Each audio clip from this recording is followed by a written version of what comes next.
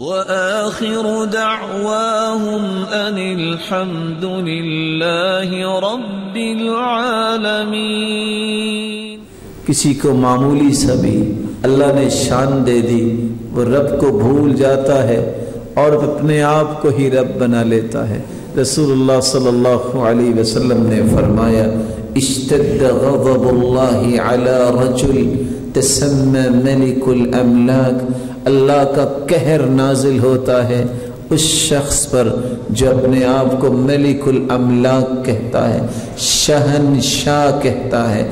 اخنس الاسماء الی اللہ، سب سے برا نام اللہ کے ہاں یہ ہے کہ کسی کو شہنشاہ کہا جائے۔ آج شہنشاہ معظم کا نام سننے کے لیے ساری زندگیاں برباد کر دیتے ہیں لوگ، قتل و غارت ہو جاتی ہے، سارا مال غرق کر دیتے ہیں۔ کس وجہ سے؟ کہ میرے بارے میں کوئی شخص یہ کہہ دے کہ بادشاہ سلامت آ گئے ہیں، ملک الاملاک، بادشاہوں کا بادشاہ مجھے کو کہنے والا بن جائے۔ اللہ کے رسول صلی اللہ علیہ وسلم نے فرمایا، لا ملک الا للہ، اصل بادشاہی اللہ کی بادشاہی ہے۔ ایک وقت وہ آنے والا ہے جب ساری دنیا فنا ہو جائے گی، پانی ہی پانی ہوگا۔ رب تعالیٰ فرمائیں گے، لمن الملک اليوم، بتاؤ نا آج پھر کس کی بادشاہی ہے؟ دنیا میں کوئی ہوگا ہی نہیں، جواب کون دے سکے گا؟